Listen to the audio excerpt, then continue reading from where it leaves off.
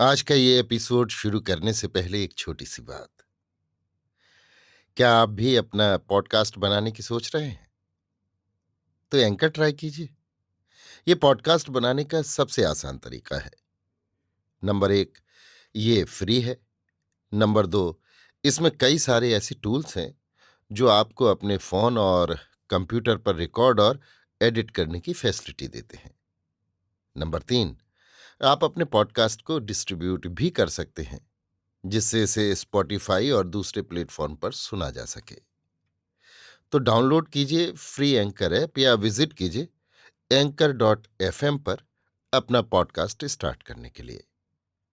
ये तो थी एक छोटी सी जानकारी, और अब शुरू करते हैं एपिसोड का सिलसिला। तो आज के एपिसोड में लीजिए सुनिए मुंशी प्रेमचंद के लिखे उपन्यास प्रेमा के 8वें भाग को मेरी यानी समीर गोस्वामी की आवाज में। इस भाग का शीर्षक है कुछ और बातचीत। पूर्णा ने कान पकड़े कि अब मंदिर कभी न जाऊंगी। ऐसे मंदिरों पर दई का कोप भी नहीं पड़ता। उस दिन से वो सारे दिन घर ही पर बैठी रहती। समय काटना पहाड़ हो जाता। न किसी के यहां आना न जाना, न किसी से भेंट न मुलाकात, न कोई काम न धंधा। दिन कैसे कटे? पढ़ी लिखी तो अवश्य थी, मगर पढ़े क्या? दो चार किस्से कहानी की पुरानी किताबें पंडित जी के संदूक में पड़ी हुई थी, मगर उनकी तरफ देखने को अब जी नहीं चाहता था। कोई ऐसा न था जो बाजार से उसके पढ़ने के लिए किताबें लाए। बिल्लो बेचारी दूसरे सौदे तो बाजार से लाती, मगर वो किताबों का मूल क्या जाने। दो एक बार जी में आया कि कोई पुस्तक प्रेमा के घर से मंगवाए, मगर फिर कुछ समझकर चुप हो जाती। बेल बूटे बनाने उसको आते ही न थे कि उससे जी बहलाए। हाँ, सीना आता था, मगर सिए किसके कपड़े? नित्य इस तरह बेकाम बैठे रहने से वो हरदम कुछ उदास सी रहा करती। हाँ, कभी कभी पंडाइन और चौबाइन अपने चेले चपाड़ों के साथ आकर कुछ सिखावन की बातें सुना जाती थी, मगर जब कभी वो कहती कि बाबू अमृत राय का आना ठीक नहीं, तो पूर्ण साफ साफ कह देती कि मैं उनको आने से नहीं रोक सकती और ना कोई ऐसा बर्ताव कर सकती हूं जिससे वो समझें कि मेरा आना इसको बुरा लगता है। सच तो ये है कि पूर्णा के हृदय में अब अमृत राय के लिए प्रेम का अंकुर जमने लगा था। यद्यपि वो अभी तक यही समझती थी कि अमृत राय यहाँ दया की राह से आया करते हैं, मगर नहीं मालूम क्यों वो उनके आने का एक एक दिन गिना करती, और जब इतवार आता तो सवेरे ही से उनके शुभागमन की तैयारियां होने लगती। बिल्लो बड़े प्रेम से सारा मकान साफ करती, कुर्सियां और तस्वीरों पर से 7 दिन की जमी हुई धूल मिट्टी दूर करती। पूर्णा खुद भी अच्छे और साफ कपड़े पहनती। अब उसके दिल में आप ही आप बनाव सिंगार करने की इच्छा होती थी, मगर दिल को रोकती। जब बाबू अमृत राय आ जाते तो उसका मलिन मुख कुंदन की तरह दमकने लगता। उसकी प्यारी सूरत और भी अधिक प्यारी मालूम होने लगती। जब तक बाबू साहब रहते उसे अपना घर भरा मालूम होता। वो इसी कोशिश में रहती कि ऐसी क्या बात करूं जिससे वो प्रसन्न होकर घर को जाए। बाबू साहब ऐसे हंसमुख थे कि रोते को भी एक बार हंसा देते। यहाँ वो खूब बुलबुल की तरह चहकते। कोई ऐसी बात न कहते जिससे पूर्णा दुखी हो। जब उनके चलने का समय आता तो वो कुछ उदास हो जाती। बाबू साहब इसे ताड़ जाते और पूर्णा की खातिर से कुछ देर और बैठते। इसी तरह कभी कभी घंटों बीत जाते। जब दिया में बत्ती पड़ने की बेला आती तो बाबू साहब चले जाते। पूर्णा कुछ देर इधर उधर बौखलाई हुई घूमती। जो जो बातें हुई उनको मन में दोहराती। ये समय उस आनंददायक स्वप्न सा जान पड़ता था जो आंख के खुलते ही बिलाए जाता है। इसी तरह कई मास और बीत गए, और आखिर जो बात अमृत राय के मन में थी वो पूरी हो गई। अर्थात पूर्णा को अब मालूम होने लगा कि मेरे दिल में उनकी मोहब्बत समाती जाती है और उनका दिल भी मेरी मोहब्बत से खाली नहीं। अब पूर्णा पहले से ज्यादा उदास रहने लगी। हाय, ओ बौरे मन, क्या एक बार प्रीत लगाने से तेरा जी नहीं भरा जो तू फिर ये रोग पाल रहा है? तुझे क्या मालूम कि इस रोग की औषधि क्या है? जब तू ये जानता है तो फिर क्यों, किस आशा पर ये स्नेह बढ़ा रहा है? और बाबू साहब, तुमको क्या करना मंजूर है? तुम क्या करने पर आए हो? तुम्हारे जी में क्या है? क्या तुम नहीं जानते कि ये अग्नि धधकेगी तो फिर बुझाए न बुझेगी? मुझ में ऐसा कौन सा गुण है, कहाँ की बड़ी सुंदरी हूं, जो तुम प्रेमा, प्यारी प्रेमा को त्यागे देते हो। वो बेर बेर मुझको बुलाती है। तुम ही बताओ, कौन मुंह लेकर उसके पास जाऊं, और तुम तो आग लगाकर दूर से तमाशा देखोगे। इसे बुझाएगा कौन? बेचारी पूर्णा इन्हीं बेचारों में डूबी रहती। बहुत चाहती कि अमृत राय का ख्याल न आने पावे, मगर कुछ बस न चलता। अपने दिल का परिचय उसको एक दिन यों मिला कि बाबू अमृत राय नियत समय पर नहीं आए। थोड़ी देर तक तो वो उनकी राह देखती रही, मगर जब वो न आए तब तो उसका दिल कुछ महसूसने लगा। बड़ी व्याकुलता से दौड़ी हुई दरवाजे पर आई और आध घंटे तक कान लगाए खड़ी रही। फिर भीतर आई और मन मार कर बैठ गई। चित्त की कुछ वही अवस्था होने लगी जो पंडित जी के दौरे पर जाने के वक्त हुआ करती। शंका हुई कि कहीं बीमार तो नहीं हो गए। मेहरी से कहा, बिल्लो जरा देखो तो बाबू साहब का जी कैसा है। नहीं मालूम क्यों मेरा दिल बैठा जाता है। बिल्लो लपकी हुई बाबू साहब के बंगले पर पहुंची तो ज्ञात हुआ कि वो आज 2-3 नौकरों को साथ लेकर बाजार गए हुए हैं। अभी तक नहीं आए। पुराना बूढ़ा कहार आधी टांगों तक धोती बांधे सिर हिलाता हुआ आया और कहने लगा, बेटा बड़ा खराब जमाना आवा है। 1000 का सौदा होए तो 2000 का सौदा होए तो हम ही ले आवत रहें। आज खुद आप गए हैं। भला इतने बड़े आदमी का अस चाहत रहा। बाकी फिर सब अंग्रेजी जमाना आया है। इंगरे पढ़ पढ़ के जऊं न हो जाए तऊ नचरज नहीं। बिल्लो बूढ़े कहार के सिर हिलाने पर हंसती हुई घर को लौटी। इधर जब से वो आई थी पूर्णा की विचित्र दशा हो रही थी। विकल हो होकर कभी भीतर जाती, कभी बाहर आती। किसी तरह चैन ही न आता। जान पड़ता कि बिल्लो के आने में देर हो रही है कि इतने में जूते की आवाज सुनाई दी। वो दौड़कर द्वार पर आई और बाबू साहब को टहलते हुए पाया तो मानो उसको कोई धन मिल गया। झटपट भीतर से किवाड़ खोल दिए, कुर्सी रख दी और चौखट पर सिर नीचा करके खड़ी हो गई। अमृत राय, बिल्लो कहीं गई है क्या? पूर्णा लजाते हुए, हाँ आप ही के यहां तो गई है। अमृत राय, मेरे यहां कब गई? क्यों कुछ जरूरत थी? पूर्णा, आपके आने में विलंब हुआ तो मैंने सोचा शायद जीना अच्छा हो, उसको देखने के लिए भेजा है। अमृत राय प्यार से देखकर, बीमारी चाहे कैसी ही हो, वो मुझे यहां आने से नहीं रोक सकती। जरा बाजार चला गया था, वहां देर हो गई। ये कहकर उन्होंने एक दफे जोर से पुकारा, सुखई अंदर आओ। और 2 आदमी कमरे में दाखिल हुए। एक के हाथ में संदूक था और दूसरे के हाथ में तह किए हुए कपड़े। सब सामान चौकी पर रख दिया।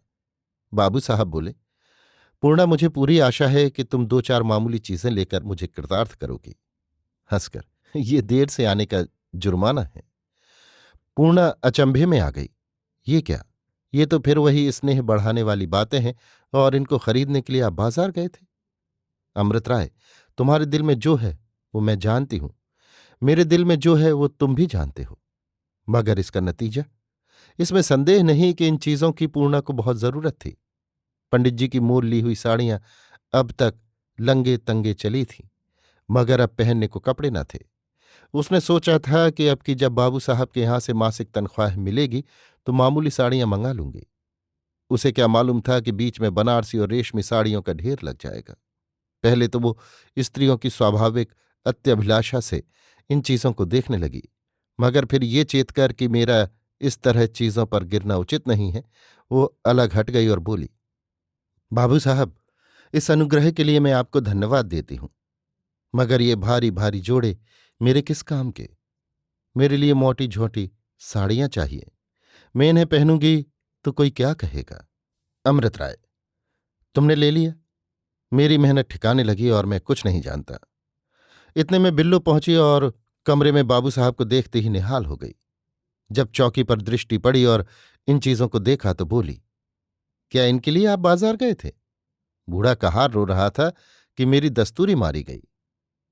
अमृत राय दबी जबान से, वो सब कहार मेरे नौकर हैं, मेरे लिए बाजार से चीजें लाते हैं। तुम्हारी सरकार का मैं चाकर हूं। बिल्लो ये सुनकर मुस्कराती हुई भीतर चली गई। पूर्णा के कान में भी भनक पड़ गई थी। बोली, उल्टी बात न कहिए, मैं तो खुद आपकी चेरियों की चेरी हूं। इसके बाद इधर उधर की कुछ बातें हुईं। माघ पूस के दिन थे, सर्दी खूब पड़ रही थी। बाबू साहब देर तक न बैठ सके और 8 बजते बजते वो अपने घर को सिधारे। उनके चले जाने के बाद पूर्णा ने जो संदूक खोला तो दंग रह गई। स्त्रियों के श्रृंगार की सब सामग्रियां मौजूद थीं और जो चीज थी सुंदर और उत्तम थी। आईना, कंघी, सुगंधित तेलों की शीशियां, भांति भांति के इत्र, हाथों के कंगन, गले का चंद्रहार, जड़ाऊ चूड़ियां, 1 रुपहला पानदान, लिखने पढ़ने के सामान से भरी एक संदूकची, किस्से कहानी की किताबें। इनके अतिरिक्त और भी बहुत सी चीजें बड़ी उत्तम रीत से सजाकर धरी हुई थीं। कपड़ों का बेठन खोला तो अच्छी से अच्छी साड़ियां दिखाई दी, शरबती, धानी, गुलाबी, उन पर रेशम के बेलबूटे बने हुए, चादरें भारी सुनहरे काम की। बिल्लो इन चीजों को देख देख फूली न समाती थी। बोली, बहू ये सब चीजें तुम पहनोगी तो रानी हो जाओगी, रानी। पूर्णा गिरी हुई आवाज में, कुछ भंग खा गई हो क्या बिल्लो? मैं ये चीजें पहनूंगी तो जीती बचूंगी? चौबाइन और सेठानी ताने दे देकर जान ले लेंगी। बिल्लो, ताने क्या देंगी? कोई दिल लगी है? इसमें उनके बाप का क्या इजारा? कोई उनसे मांगने जाता है? पूर्णा ने मेहरी को आश्चर्य की आंखों से देखा। यही बिल्लो है जो अभी 2 घंटे पहले चौआइन और पढ़ाइन से सम्मति करती थी और मुझे बेर बेर पहनने ओढ़ने से बरजा करती थी। यकायक ये क्या काया पलट हो गई? बोली, कुछ संसार के कहने की भी तो लाज है। बिल्लो, मैं ये थोड़ा ही कहती हूं कि हरदम ये चीजें पहना करो। जब बाबू साहब आवे थोड़ी देर के लिए पहन लिया करो। पूर्णा लजाकर, ये श्रृंगार करके मुझसे उनके सामने क्यों कर निकला जाएगा? तुम्हें याद है एक बेर प्रेमा ने मेरे बाल गूंथ दिए थे। तुमसे क्या कहूं, उस दिन वो मेरी तरफ ऐसे ताकते थे जैसे कोई किसी पर जादू करे।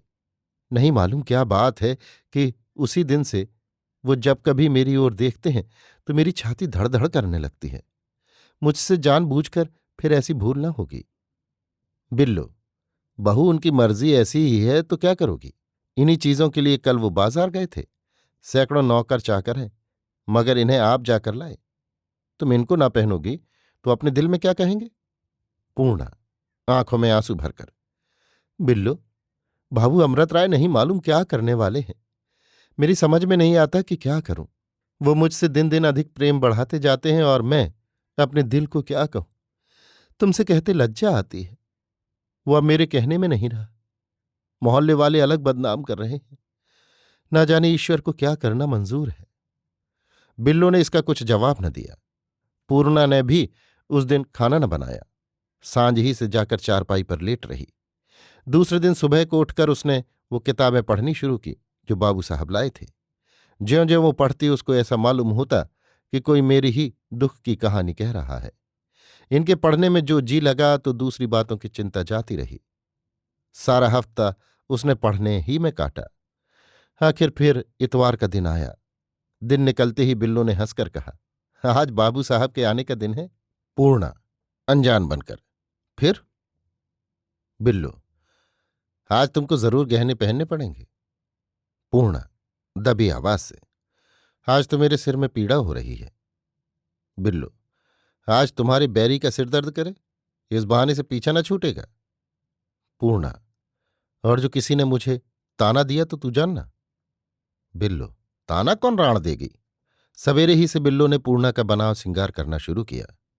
महीनों से सिर न मला गया था, आज सुगंधित मसाले से मला गया, तेल डाला गया, कंघी की गई, बाल गूथे गए और जब तीसरे पहर को पूर्णा ने गुलाबी कुर्ती पहनकर उस रेशमी काम की शरबती साड़ी पहनी, गले में हार और हाथों में कंगन सजाए, तो सुंदरता की मूर्ति मालूम होने लगी। आज तक कभी उसने ऐसे रत्न जड़ित गहने और बहुमूल्य कपड़े न पहने थे और न कभी ऐसी सुघर मालूम हुई थी। वो अपने मुखारविंद को आप देख देख कुछ प्रसन्न भी होती थी, कुछ लजाती भी थी और कुछ सोचती भी थी। जब सांझ हुई तो पूर्णा कुछ उदास हो गई। तिस पर भी उसकी आंखें दरवाजे पर लगी हुई थीं और वो चौंक कर ताकती थी कि कहीं अमृत राय तो नहीं आ गए। 5 बजते बजते और दिनों से सवेरे बाबू अमृत राय आए। कमरे में बैठे बिल्लो से कुशलानंद पूछा और ललचाई हुई आंखों से अंदर के दरवाजे की तरफ ताकने लगे, मगर वहां पूर्णा न थी। कोई 10 मिनट तक तो उन्होंने चुपचाप उसकी राह देखी, मगर जब अब भी न दिखाई दी तो बिल्लो से पूछा, क्यों मेहरी, आज तुम्हारी सरकार कहाँ है? बिल्लू मुस्कुराकर, घर ही में तो है। अमृत राय, तो आई क्यों नहीं? आज कुछ नाराज हैं क्या? बिल्लू हंसकर, उनका मन जाने। अमृत राय, जरा जाकर लेवा लाओ, अगर नाराज हो तो चलकर मनाओ। ये सुनकर बिल्लो हंसती हुई अंदर गई और पूर्णा से बोली, बहू उठोगी या वो आप ही मनाने आते हैं? पूर्णा, बिल्लो तुम्हारे हाथ जोड़ती हूं, जाकर कह दो बीमार है। बिल्लो, बीमारी का बहाना करोगी तो वो डॉक्टर को लेने चले जाएंगे। पूर्णा, अच्छा कह दो सो रही हैं। बिल्लो, तो क्या वो जगाने ना आएंगे? पूर्णा, अच्छा बिल्लो तुम ही कोई बहाना कर दो जिससे मुझे जाना न पड़े। बिल्लो, मैं जाकर कह देती हूं कि वो आपको बुलाती हैं। पूर्णा को कोई बहाना न मिला। वो उठी और शर्म से सिर झुकाए, घूंघट निकाले, बदन को चुराती लजाती बल खाती एक गिलौरी दान लिए दरवाजे पर आकर खड़ी हो गई। अमृत राय ने देखा तो अचंभे में आ गए, आंखें चौंधिया गईं। 1 मिनट तक तो वो इस तरह ताकते रहे जैसे कोई लड़का खिलौने को देखे। इसके बाद मुस्कुराकर बोले, ईश्वर तू धन्य है। पूर्णा लजाती हुई, आप कुशल से थे? अमृत राय तिरछी निगाहों से देखकर, अब तक तो कुशल से था, मगर अब खैरियत नहीं नजर आती। पूर्णा समझ गई। अमृत राय की रंगीली बातों का आनंद लेते लेते वो बोलने में निपुण हो गई थी। बोली, अपने किए का क्या इलाज? अमृत राय, क्या किसी को अपनी जान से बैर है? पूर्णा ने लजाकर मुंह फेर लिया। बाबू साहब हंसने लगे और पूर्णा की तरफ प्यार की निगाहों से देखा। उसकी रसिक बातें उनको बहुत भाईं। कुछ काल तक और ऐसी ही रस भरी बातें होती रहीं। पूर्णा को इस बात की सुधि भी न थी कि मेरा इस तरह बोलना चालना मेरे लिए उचित नहीं है। उसको इस वक्त न पंडाइन का डर था, न पड़ोसियों का भय। बातों ही बातों में उसने मुस्कुराकर अमृत राय से पूछा, आपको आजकल प्रेमा का कुछ समाचार मिला है? अमृत राय, नहीं पूर्णा, मुझे उधर उनकी कुछ खबर नहीं मिली। हाँ, इतना जानता हूं कि बाबू दाननाथ से ब्याह की बातचीत हो रही है। पूर्णा, बाबू दाननाथ तो आपके मित्र हैं। अमृत राय, मित्र भी हैं और प्रेमा के योग्य भी हैं। पूर्णा, ये तो मैं न मानूंगी। उनका जोड़ है तो आप ही से है। हाँ, आपका ब्याह भी तो कहीं ठहरा था। अमृत राय, हाँ, कुछ बातचीत हो रही थी। पूर्णा, कब तक होने की आशा है? अमृत राय, देखे अब कब भाग्य जागता है। मैं तो बहुत जल्दी मचा रहा हूं। पूर्णा, तो क्या उधर ही से खिंचाव है? आश्चर्य की बात है। अमृत राय, नहीं पूर्णा, मैं जरा भाग्यहीन हूं। अभी तक सिवाय बातचीत होने के और कोई बात तय नहीं हुई। पूर्णा मुस्कराकर, मुझे अवश्य न्योता दीजिएगा। अमृत राय, तुम्हारे ही हाथों में तो सब कुछ है। अगर तुम चाहो तो मेरे सिर सेहरा बहुत जल्द बंध जाए। पूर्णा भौचक होकर अमृत राय की ओर देखने लगी। उनका आशय अब की बार भी वो न समझी। बोली, मेरी तरफ से आप निश्चिंत रहिए, मुझसे जहां तक हो सकेगा उठा न रखूंगी। अमृत राय, इन बातों को याद रखना पूर्णा, ऐसा न हो भूल जाओ तो मेरे सब अरमान मिट्टी में मिल जाए। ये कहकर बाबू अमृत राय उठे और चलते समय पूर्णा की ओर देखा। उसकी आंखें डबडबाई हुई थीं, मानो विनय कर रही थीं कि जरा देर और बैठिए। मगर अमृत राय को कोई जरूरी काम था। धीरे से उठ खड़े हुए और बोले, जी तो नहीं चाहता कि यहां से जाऊं, मगर आज कुछ काम ही ऐसा आ पड़ा। ये कहा और चल दिए। पूर्णा खड़ी रोती रह गई। अभी आप सुन रहे थे मुंशी प्रेमचंद के लिखे उपन्यास प्रेमा के 8वें भाग को मेरी यानी समीर गोस्वामी की आवाज में। इस भाग का शीर्षक था कुछ और बातचीत।